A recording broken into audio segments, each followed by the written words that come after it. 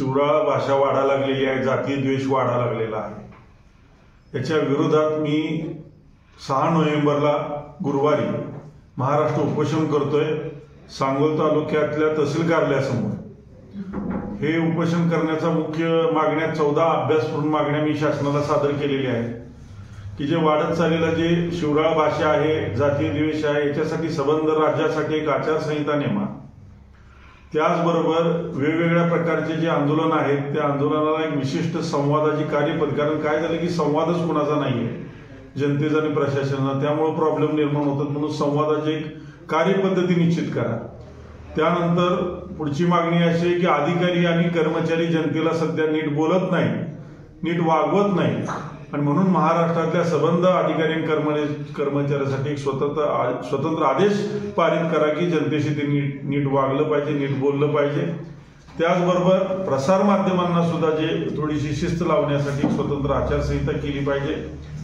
गावगुंडांचा आणि झुंडशाहीचा जो त्रास होतोय लोकांना, लपलेला दहशतवाद म्हटलं तरी चालेल, तर तो त्रास होतोय तो थांबवण्यासाठी एक अभ्यासपूर्ण आदेश गृह विभागानं तत्काळ काढला पाहिजे। या सगळ्या मागण्या घेऊन मी 6 नोव्हेंबरला तहसील कार्यालयापुढे सांगोल्याच्या महाराष्ट्र उपोषण करतोय।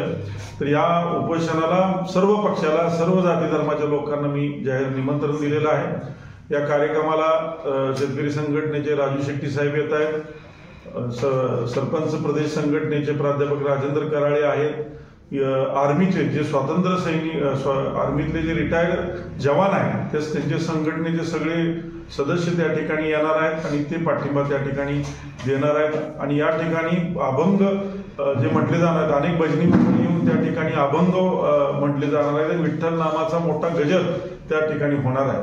तर सांगोल्यातलं हे आंदोलन महाराष्ट्राच्या दृष्टीनं अत्यंत महत्वाचं आहे आणि या आंदोलनाच्या निमित्तानं महाराष्ट्राला एक वेगळे महाराष्ट्राच्या संस्कृतीचं जतन करण्याचं काम आपण करतोय। तर माझी सर्वांना एक विनंती आहे या पत्रकार परिषदेच्या निमित्तानं की आपण सगळ्यांनी, सर्व पक्षाच्या, सर्व जाती धर्माच्या लोकांना माझी विनंती आहे की 6 नोव्हेंबरला गुरुवारी सकाळी 10 ते 5 या वेळामध्ये आपण सांगोल्याच्या तहसील कार्यालयापुढे यावं आणि या महाराष्ट्र उपोषणाला आपण ताकद द्यावी, सपोर्ट करावा। मी ज्या 14 मागण्या केलेल्या त्याला एकालाही आर्थिक निधीची गरज नाही, म्हणून महाराष्ट्र शासनाला ह्या जर 14 मागण्या पारित केल्या तर महाराष्ट्राचं राज्यघटनाचं संवर्धन जतन होणार आहे आणि राज्य संस्कृतीचं जतन होणार आहे। म्हणून आपण सगळ्यांनी ह्या उपोषणाला यावं अशी मी आपल्याला कळकळी। आपण गृह विभागाकडे काय मागणी केली आहे या निमित्तानं? गृह विभागाला प्रामुख्यानं पहिली मागणी केलेली आहे की एक आचारसंहिता आहे जे शिवराळ भाषा चालू आहे महाराष्ट्रामध्ये, जे जातीय द्वेषाचं वातावरण तयार केलं। गृह विभाग त्यांनी पोलिसांच्या बाबतीमध्ये पहिली केली की ह्यासाठी गृह विभागानंच एक स्वतंत्र आदेश पारित केला पाहिजे। अधिकारी कर्मचारी नीट बोलत नाही त्यांच्यासाठी पण एक आदेश पारित केला पाहिजे आणि ह्या गृह विभागाच्या पण एक त्यांची जबाबदारी आहे की अशा पद्धतीचा आदेश पारित करणं।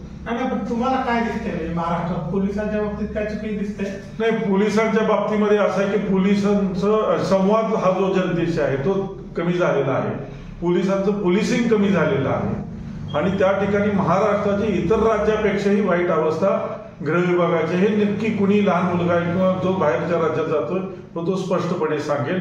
पोलिसांनी एक स्वतंत्र आदेश ह्याच्याबद्दल केला। गावगुंड जे आहेत त्या गावगुंडांना थोडंसं वटणीस आणणं, काय म्हणतात त्याला, वटणीवर आणणं हे गृह विभागाचं काम आहे। त्याचं सामाजिक कार्यकर्त्यांना गाव पातळीवर खूप त्रास व्हायला लागला झुंडशाहीचा, तर गृह विभागाने याच्यावर लक्ष घालणं खूप गरजेचं आहे। उपोषणास कोणकोणते नेते येणार आहेत?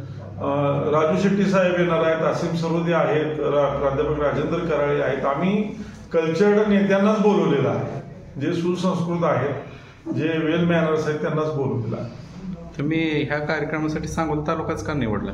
सांगोल तालुका निवडण्याचं पहिलं कारण होतं की ते माझं पूर्ण कार्यक्षेत्र तालुक्यात ऑलरेडी आहे, पण पहिलं महत्वाचं काम की विधिमंडळाचे ज्येष्ठ नेते स्वर्गीय गणपतरावजी देशमुख हे सांगोल तालुक्याचे प्रथम नागरिक म्हणून 50 वर्ष त्यांनी काम केले, ज्याची महाराष्ट्रात खूप मोठी छाप आहे, ओळख आहे।